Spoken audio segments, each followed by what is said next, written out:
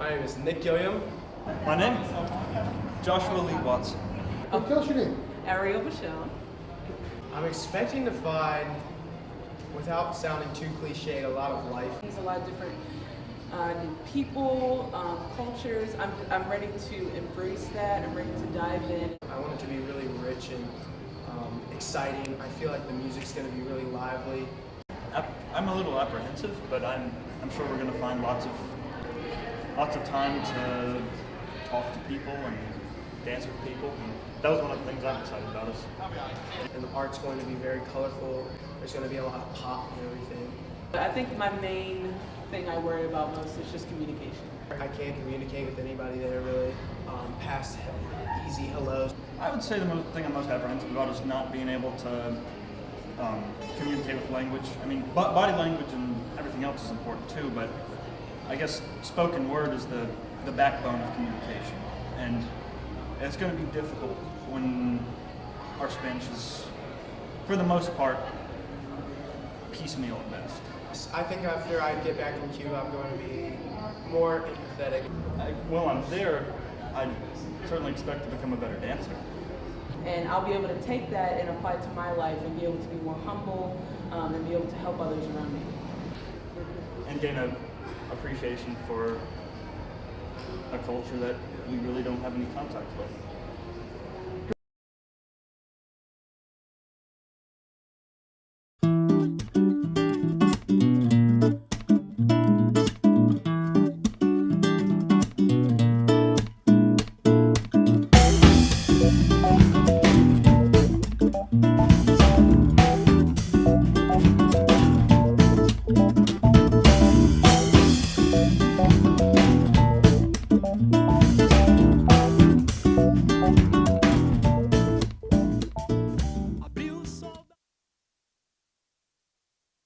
Oh yeah, this is the University of Havana up here. This is the University of Havana up here. That's a big mural that's associated with it. That's cool.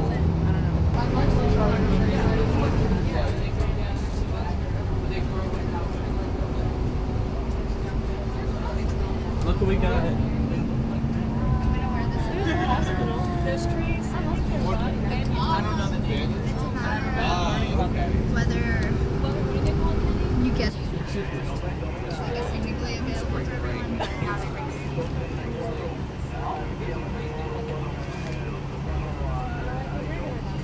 I think we're in Avenue J. I think we're going to go right up here. I think it's a great idea. So, we're going to go around the circle and talk a little bit about what you've seen so far and sort of maybe what impact that has had on you already, or what curiosities it's raised. Today I've just zoned out a lot, and that's just because I'm trying to take everything in. You know what I mean? So like there are moments I'm just sitting and I'm like, I couldn't understand. All I understood him saying was Havana. But I know he was telling me to slow down. Savannah, Savannah. The other thing I noticed was when we were at our casa, we were talking with our Renee, yeah, the guy who owned it, and I think he maybe spoke 10 words of English, but we were still able to pick stuff out. So the communication wasn't actually as hard as I thought it would be without her. I don't know, I've seen pictures of Havana and just all the colors and just the vibrancy of the whole place was just kind of shocking, And I think what stuck out to me was talking with Alejandro at the restaurant. He mentioned that he felt that Cuba was somewhere between capitalism and communism, which is a stark contrast from what we're sort of taught just in general in the United States. People think about Cuba and they think about it being this, like communist country where like nobody has any freedom, but Alejandro was talking about sort of this transition that they're in that isn't quite as like, awful communist as people in the United States seem to think it's taught. But really just about the simplicity and the feeling really guilty about like throwing away all that food. I feel like an asshole. Sorry. Yeah. I ate past I was full because I didn't want to waste food. I don't know, I just think we have a very wrong image of what Cuba really is in the US. And so it's nice to, even in this first day, sort of have that stereotype wipes clean. What I saw today, which I'm a little bit different boat, what I saw today were 15 highly curious, energetic people engaging with something I truly love, which is Cuba. And that was very gratifying to me.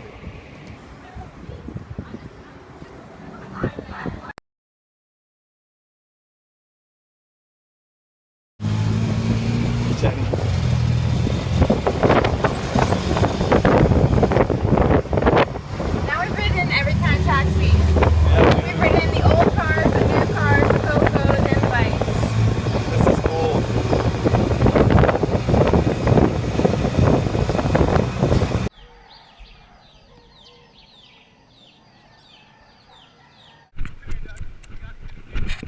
A little bit. He did it a little bit.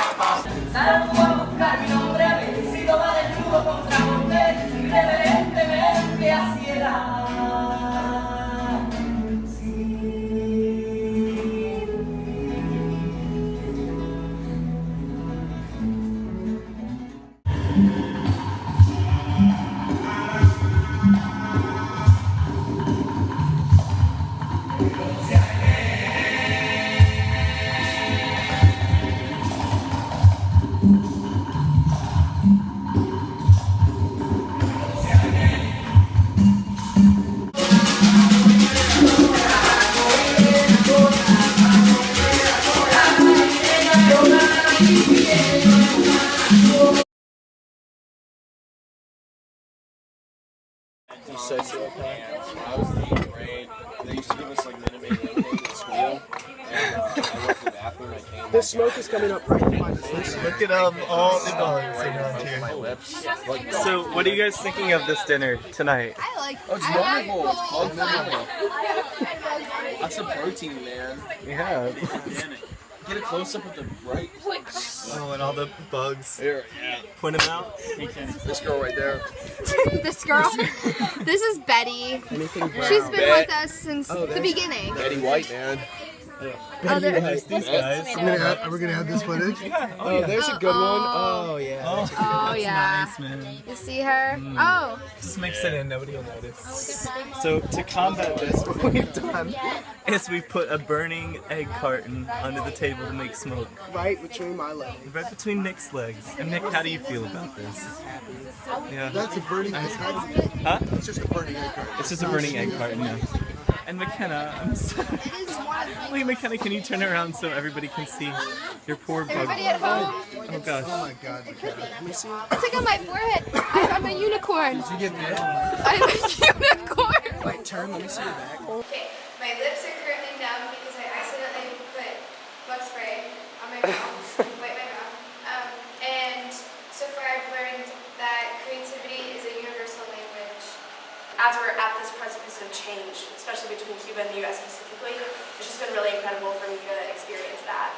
It is great to meet local people who would be honest with us and tell us the truth about what's happening here, as opposed to what basically like the lies that we're being fed by what's going on right now. I like being able to experience parts of Cuba that are not generally tourist attractions, because I don't think a lot of people come to Corey Canal as tourists, but that's not what we are for travelers.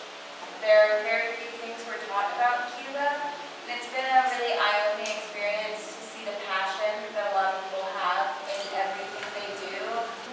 All of it's been so cool, but last night I was very pleasantly surprised by our interactions and how we were able to actually talk to the employees here, and we were able to actually like connect more than I thought we would. Like going into like, oh God, like, what is this party gonna turn out like? And we didn't want to leave when we had to. So that was really awesome. watching myself change through this trip, going from being also apprehensive about being with so many people that I don't really know and getting to know all of you, and then also overcoming that language barrier. It's just been really incredible. This trip as a whole has been really great, from horseback riding to snorkeling, but I think my favorite thing has been how welcoming and patient all of our parents, our host parents have been. They've just talked to us and made us laugh, made us feel comfortable, because we're experiencing so many things that are way outside our comfort zone. It's nice to feel comfortable when you go back home.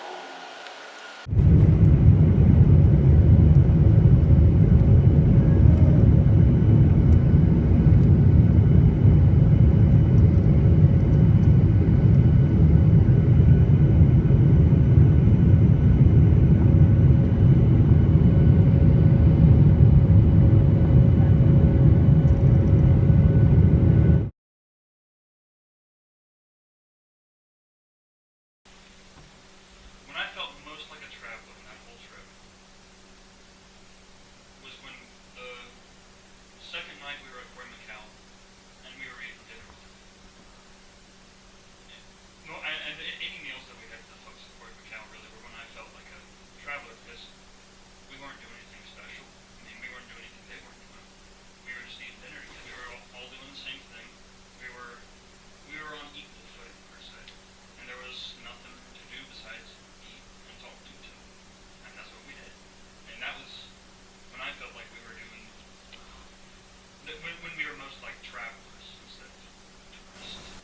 Another time when I felt like a traveler in Cuba was our second night in Havana, when we were there at the end of the trip.